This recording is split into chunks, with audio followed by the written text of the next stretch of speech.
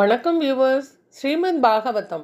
ஸ்ரீமதி கீதா வீரராகவன் எளிய தமிழில் எழுதிய ஸ்ரீமத் பாகவதம் பகுதி 246 காண்போமா? நந்த மகாராஜன் சர்ப்பத்தின் பிடியிலிருந்து விடுபடுதல். ஸ்ரீ சுகர் தொடர்ந்து கூறினார். ஒரு சமயம் ஆயர்கள் சிவபெருமானின் வழிபாட்டிற்காக அம்பிகாவனத்திற்கு புறப்பட்டனர். அங்கு வழியில் சரஸ்வதி நதியில் நீராடி பூஜை பொருட்களை கொண்டு பகவான் பசுபதியையும் துணைவியான அம்பிகையையும் வழிபட்டனர். அனைத்து தான தர்மங்களையும் மேற்கொண்டனர். அன்றைய இரவு பொழுது கடுமையான விரதம் மேற்கொண்டு சரஸ்வதி நதியின் கரையில் கழித்தனர்.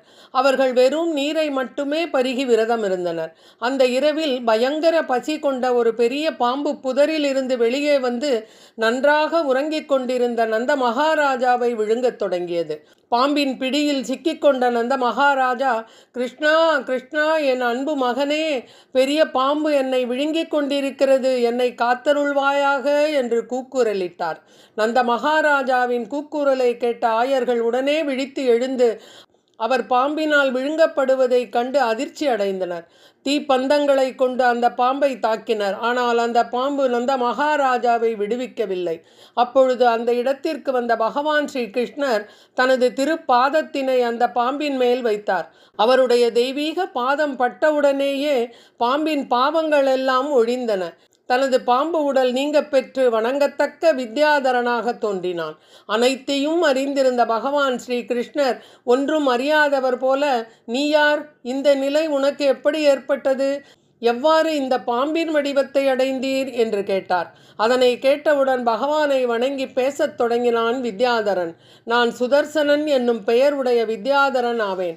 நான் மிகவும் வளம் மிக்கவனாகவும் அழகுடையவனாகவும் இருந்தேன். எல்லா திசைகளிலும் எனது விருப்பம் போல என்னுடைய விமானத்தில் சுற்றி திரிவதை என்னுடைய வழக்கமாக கொண்டிருந்தேன். அவ்வாறு செல்லும் பொழுது ஒரு முறை ஆங்கீரச முனிவரின் சீட பரம்பரையில் வந்த சில முனிவர்களை பார்த்தேன். எனது அழகினால் கர்வம் கொண்ட நான் அவர்களை ஏளனம் செய்தேன். நான் செய்த பாவத்தினால் அவர்கள் என்னை இந்த இழிவான வடிவினை பெறுமாறு சபித்தனர். பகவானே, உம்முடைய திருப்பாதம் என்மேல் பட்டு என்னுடைய சாபமும் நீங்கிவிட்டது, பாவங்களும் நீங்கிவிட்டன. இனி என் நாட்டிற்கு செல்ல விரும்புகிறேன். எனக்கு விடை கொடுத்து என்னை அனுப்பி வையுங்கள் என்று பகவான் ஸ்ரீ கிருஷ்ணரிடம் வேண்டினான். பகவான் ஸ்ரீ கிருஷ்ணரிடம் இவ்வாறு வேண்டிய பிறகு சுதர்சனன் பகவானை வலம் வந்து வணங்கி கிருஷ்ணரின் அனுமதியுடன் தேவலோகத்திற்கு திரும்பிச் சென்றான். நந்த மகாராஜாவும் அவரது துன்பத்திலிருந்து மீட்கப்பட்டார். பகவான் ஸ்ரீ கிருஷ்ணரின் ஆற்றலை கண்டு விரஜத்தை சேர்ந்தவர்கள் மிகவும் ஆச்சரியத்திற்கு உள்ளாகினர். அனைவரும் அதன் பிறகு சிவபெருமானை வழிபட்டு கிருஷ்ணரின் லீலைகளை பற்றி பேசியபடியே தங்கள் இருப்பிடத்திற்கு திரும்பி வந்தனர். சங்கசூடன் வதம்.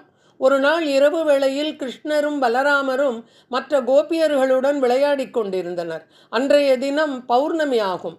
நிலவானது பால் போல் காய்ந்து கொண்டிருந்தது.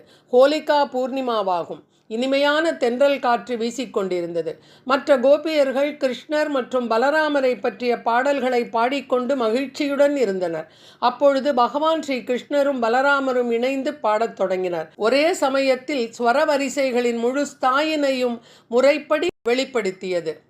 அவர்களுடைய பாடல்கள் அனைத்து உயிரினங்களின் மனத்திற்கும் செவிகளுக்கும் இன்பம் அளித்தன. அவர்களின் பாடலை கேட்ட கோபியர்கள் அப்படியே அசைவற்று நின்றனர். சில கோபியர்கள் அவர்கள் இருந்த திக்கை நோக்கி ஓடி வந்தனர். இவ்வாறு பகவான் கிருஷ்ணரும் பலராமரும் குழல் இசைத்து பாடிக்கொண்டிருந்தது கேட்போரின் மனதை கொள்ளை கொண்டது. குபேரனின் பணியாளனான சங்கசூடன் அங்கு வந்தான். அசுரன் சங்கசூடன் கையில் ஒரு பெரிய கம்பை வைத்துக்கொண்டு அதனை அந்த அழகிய இளம் பெண்களை நோக்கி சுழற்றினான். அவர்களை அச்சுறுத்தி வடதிசை நோக்கி விரட்டினான். ஒரு திருடனால் எவ்வாறு பசுக்கள் திருடப்படுமோ அதுபோல் அந்த கோபியர்களை விரட்டி கொண்டு அசுரன் சென்றான். கிருஷ்ணா, ராமா, எங்களை காப்பாற்றும், எங்களை காப்பாற்றும் என்று அனைவரும் குரல் கொடுத்தனர். இதனை கண்டு கிருஷ்ணரும் பலராமரும் அந்த அசுரனின் பின்னே ஓடினர். கிருஷ்ணர் பலராமர் இருவரும் அங்கிருந்த சால மரத்தின் உறுதியான கம்புகளை எடுத்துக்கொண்டு விரைந்து ஓடிக்கொண்டிருந்த சங்கசூடனை துரத்தினர். தன்னை நோக்கி இவர்கள் இருவரும் வருவதை கண்ட சங்கசூடன் பெண்களை விட்டுவிட்டு தன் உயிரை காத்துக்கொள்ள ஓடினான். பகவான் கோவிந்தன் அசுரன் தலையில் இருந்த இரத்தின கல்லை எடுக்க வேண்டும் என்னும் ஆர்வத்தில் அவனை துரத்தி கொண்டு பின்தொடர்ந்து ஓடினார். பகவான் பலராமரோ பெண்களுக்கு பாதுகாப்பாக அவர்களுடனேயே நின்று கொண்டார். பகவான் ஸ்ரீ கிருஷ்ணர் தமது முஷ்டியினால் அசுரனின் தலையில் ஓங்கி அடித்தார். அசுரனின் தலையில் அணிந்திருந்த சூடாமணியுடன் சேர்ந்து தலையை தனியே துண்டித்தார். அசுரன் சங்கசூடனை கொன்று அவன் அணிந்திருந்த ஒளிவீசும் இரத்தினத்தை எடுத்துக்கொண்டு வந்து அதனை தன்னுடைய சகோதரரிடம் அளித்தார். பிறகு அனைவரையும் அழைத்து கொண்டு பிருந்தாவனத்திற்கு திரும்பி வந்தார். கோபியர்கள் பாடிய கீதம். கண்ணன் ஒவ்வொரு நாளும் மாடு மேய்க்க பிருந்தாவனம் எப்பொழுதெல்லாம் செல்கிறாரோ அப்பொழுது கோபியர்களின் மனங்களும் அவர் பின்னால் ஓடும். ஆயர்பாடியில் கோபிகைகள் கண்ணனுடைய பிரிவாற்றாமை தாழாது ஒருவருக்கொருவர் அவன் நினைவுகளை பாட்டிசைத்து காலம் கழித்தனர்.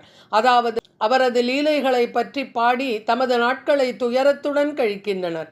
இப்பாடல்கள் கோபிகா யுகல கீதம் எனப்படும். ஒவ்வொரு கோபிகையும் பகவான் ஸ்ரீ கிருஷ்ணரின் ஒவ்வொரு பெருமையை கூறி பாடுவர். அவர்களுடைய மனதில் அவரின் பிரிவின் காரணமாக வேதனைகள் மிகுந்து காணப்பட்டாலும் அந்த பகல் பொழுது முழுவதும் அவருடைய சிந்தனையிலேயே பாடிக்கொண்டிருப்பர். அதனால் அவர்கள் பகவான் கிருஷ்ணரை விட்டு பிரிந்ததே இல்லை. கண்ணனுடைய பிரிவால் பகற்பொழுதை இப்படியே கழித்தனர். அரிஷ்டாசுரவதம். பரீட்சித்து மகாராஜனே, பிறகு அரிஷ்டாசுரன் என்பவன் கோகுலத்திற்கு வந்தான். முதுகில் பெரும் திமிலையுடைய காளை மாடு வடிவம் கொண்ட அவன் தனது காலடி குளம்புகளினால் நிலத்தை உதைத்து பூமியையே நடுங்கச் செய்தான். தனது கொம்புகளின் கூர்மையான முனைகளினால் மண் சுவர்களை கிழிக்கத் தொடங்கினான். வளர்ப்பு பிராணிகள் கோகுலத்தை விட்டு அச்சத்தினால் ஓடின. அங்கு வசிப்பவர்கள் அனைவரும் கிருஷ்ணா கிருஷ்ணா என்று கூவிக்கொண்டே கோவிந்தனை சரணடைந்தனர். ஓடி வந்த அவர்களை கண்ட பகவான் கிருஷ்ணர் அஞ்ச வேண்டாம் என்று கூறி அமைதிப்படுத்தினார். பிறகு பகவான் ஸ்ரீ கிருஷ்ணர் அரிஷ்டாசுரனை நோக்கி, மூடனே, உன்னை போன்ற துஷ்டர்களை தண்டிப்பதற்காக நான் இங்கே இருக்கும் பொழுது நீ ஆயர் குலத்தினரையும் அவர்களின் விலங்குகளையும் அச்சுறுத்துகின்றாயே என்று கூறி தன்னுடைய கரவோசையை எழுப்பி அரிஷ்டாசுரனை மேலும் கோபம் கொள்ளச் செய்தார். இவ்வாறு கோபமூட்டப்பட்ட அரிஷ்டாசுரன் தனது காலடி குளம்பினால் நிலத்தினை உதைத்தான். பிறகு வான் நோக்கி உயர்த்தப்பட்ட வாளுடன் மிகவும் குரோதமுடையவனாக கிருஷ்ணரை நோக்கி பாய்ந்து வந்தான். பகவான் ஸ்ரீ கிருஷ்ணர் அவனது கொம்புகளை பற்றி தனது பகை யானையுடன் சண்டை செய்யும் ஒரு யானையைப் போல அரிஷ்டாசுரனை 18 அடி தூரத்தில் தூக்கி எறிந்தார். பின்னால் சென்று விழுந்த அவன் மீண்டும் எழுந்து பெருமூச்சு விட்டுக்கொண்டு ஸ்ரீ கிருஷ்ணரை நோக்கி ஓடி வந்தான். கிருஷ்ணர் அவனது கொம்புகளை பற்றி நிறுத்தி தமது பாதத்தினால் அவனை தாக்கி நிலத்தில் வீழ்த்தினார். பிறகு பகவான் அவனை ஒரு ஈரத் துணியை அடித்து துவைப்பது போல் நிலத்தில் வீழ்த்தினார். இறுதியாக அவர் அவனது கொம்புகளில் ஒன்றை பிடுங்கி அதனை கொண்டே அவன் கீழே விழும் வரை தாக்கினார். அரிஷ்டாசுரன் மிகுந்த வேதனையுடன் அந்த இடத்திலேயே விழுந்து மாண்டான். இந்த காட்சியை கண்ட தேவர்கள் கிருஷ்ணரின் மீது மலர்மாறி பொழிந்து அவரை போற்றி துதித்தனர். இவ்வாறு அரிஷ்டாசுரனை கொன்ற பிறகு கோபியர்களின் கண்களுக்கு உற்சவமாக விளங்கும் பகவான் ஸ்ரீ கிருஷ்ணர் பலராமருடன் சேர்ந்து கோகுலத்தினுள் நுழைந்தார்.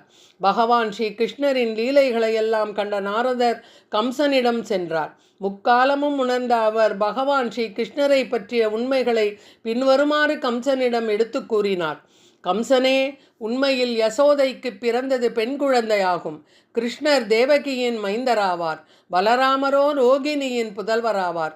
உன்னிடம் கொண்ட அச்சத்தின் காரணமாக வசுதேவர் தன்னுடைய குழந்தையை தன் நண்பரான நந்த மகாராஜாவிடம் ஒப்படைத்தார். அவர்கள் இருவரும் தான் இதுவரை உனது ஆட்களை கொன்றவர்களாவார்.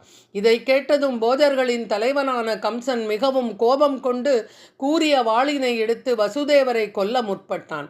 ஆனால் நாரதர், உனக்கு ஆபத்து வசுதேவரால் அல்ல, இவருடைய புதல்வனே உன்னுடைய மரணத்திற்கு காரணமாவான் என்று எடுத்து கூறி கம்சனை தடுத்து நிறுத்தினார்.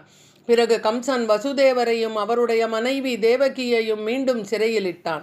நாரத மகரிஷி சென்றபின் கம்சன் கேசி என்னும் அசுரனை கூப்பிட்டு கிருஷ்ணனையும் பலராமனையும் கொன்றுவா என்று அவனை பிருந்தாவனத்திற்கு அனுப்பினான்.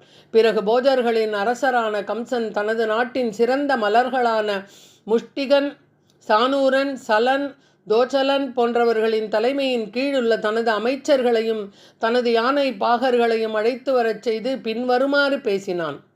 எனது அன்பிற்குரிய வீரர்களான சானூரனே, முஷ்டிகனே, நான் கூறுவதை கேட்பீர்களாக. வசுதேவரின் புதல்வர்களான ராமரும் கிருஷ்ணரும் நந்தகோபனின் ஆயர்பாடியில் வசிக்கின்றனர். எனது மரணம் அவர்களாலேயே நிகழும் என்று கணிக்கப்பட்டிருக்கிறது. அவர்கள் இருவரும் இங்கே அழைத்து வரப்பட்டவுடன் மல்யுத்தம் என்னும் போர்வையில் அவர்களை நீங்கள் கொல்வீர்களாக. பார்வையாளர்கள் மேடையில் பலர் சூழ்ந்திருக்க மல்லர் அரங்கம் ஒன்றினை உருவாக்குங்கள். போட்டியை காண்பதற்காக நகரவாசிகளையும் வெளியூர்வாசிகளையும் அழைத்து வாருங்கள். எனது பாக்கியசாலியான யானை பாகனே, குவலயாபீடம் என்னும் யானையை மல்யுத்த அரங்கத்தின் வாயிலில் நிறுத்தி எனது 2 பகைவர்களையும் கொல்வாயாக. அமைச்சர்களே, தனுர் யாகத்தினை வேத விதிகளுக்கு ஏற்ப தொடங்குதல் வேண்டும். அதற்கான ஏற்பாட்டினை செய்யுங்கள் என்று கட்டளையிட்ட கம்சன் அடுத்து எதுகுலத்தில் சிறந்த அக்ரூரரை அழைத்து வரச் செய்தான். சுயநல வித்தையில் கைதேர்ந்த கம்சன் அக்ரூரரின் கரங்களை தனது கரங்களினால் பற்றி கொண்டு அவரிடம் பின்வருமாறு கூறினான். தானத்தில் சிறந்த என் அன்பிற்குரிய அக்ரூரரே, நீ எனக்காக ஒரு உதவி செய்ய வேண்டும். தாங்கள் உடனடியாக பிருந்தாவனத்திற்கு சென்று நந்தகோபரின் மகன்கள் 2 இங்கு அழைத்து வர வேண்டும். அவர்கள் 2 எனது மரணம் என்று விதிக்கப்பட்டு இருக்கிறது. அவர்களை தாங்கள் இங்கு அழைத்து வர வேண்டும். மேலும் நந்தகோபரையும் ஆயர்களையும் கூட பரிசு பொருட்களுடன் அழைத்து வரவும். தாங்கள் அவ்வாறு இங்கு அழைத்து வந்த பிறகு நான் அவர்கள் 2 மரணத்தை போன்ற சக்தியுடைய எனது யானையினால் கொல்லச் செய்வேன். சந்தர்ப்ப வசத்தினால் அவர்கள் தப்பிவிட்டார்கள் என்றால் மின்னலை போன்ற வலிமையுடைய எனது மல்யுத்த வீரர்களால் நான் அவர்களை கொல்லச் செய்வேன். அவர்கள் 2 கொல்லப்பட்டவுடன் வேதனையில் ஆழ்ந்திருக்கும் வசுதேவரையும் அவரது உறவினர்களான விஷ்ணுக்களையும் போஜர்களையும் கொல்வேன். அதன் பிறகு எனது ராஜ்யத்தின் மீது ஆசை கொண்ட என் வயதான தந்தை உத்திரசயனனையும் அவரது சகோதரர் தேவகனையும் எனது பிற பகைவர்கள் அனைவரையும் கூட கொல்வேன். அக்ரூரரே, அதற்கு பிறகு பூமியில் எனக்கு எதிரியே கிடையாது. என் மாமா ஜராசந்தர், துவவிவிதன், சம்பரன், நரகம், பாணாசுரன் முதலிய என்னுடைய நண்பர்கள் துணையுடன் எதிரிகளே இல்லாமல் நான் இந்த பூமியை ஆள்வேன். இப்பொழுது எனது எண்ணத்தினை நீர் அறிந்திருப்பீர். ஆகையினால் உடனே சென்று கிருஷ்ணரையும் பலராமரையும் தனுர் யாகத்தினை காண்பதற்கும் யதுக்களின் தலைநகர வளத்தினை காண்பதற்கும் அழைத்து வருவீராக என்று கூறினான்.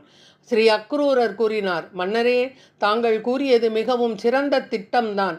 ஆனால் அது நிறைவேற வேண்டும். ஏனென்றால் விதிப்படிதானே எல்லாம் நடக்கின்றது. வெற்றி தோல்வியின் இடத்து ஒருவன் சமமாக இருத்தல் வேண்டும். சாதாரண மனிதன் தனது விருப்பங்களை நிறைவேற்ற விடாது விதி தடுத்த போதிலும் கூட அவன் தனது விருப்பத்திற்கேற்ப செயல்படுவதில் தீவிரமாக இருக்கின்றான். அதனால் அவன் இன்ப துன்பம் என்னும் 2னையும் எதிர்கொள்கின்றான். எது எப்படி இருந்த போதிலும் உமது கட்டளையினை நான் நிறைவேற்றுவேன் என்றார். பரீட்சித்து மகாராஜனே, அக்ரூரருக்கு இவ்வாறு கட்டளையிட்ட பின் கம்சன் தனது அமைச்சர்களுக்கு விடை கொடுத்து தனது அந்தப்புரத்திற்கு சென்றான். அக்ரூரரும் தமது இல்லம் திரும்பினார். கேசி மற்றும் வியோமாசுர வதத்தினை ஸ்ரீமத் பாகவதம் பகுதி 247 காண்போமா? நன்றி, வணக்கம்.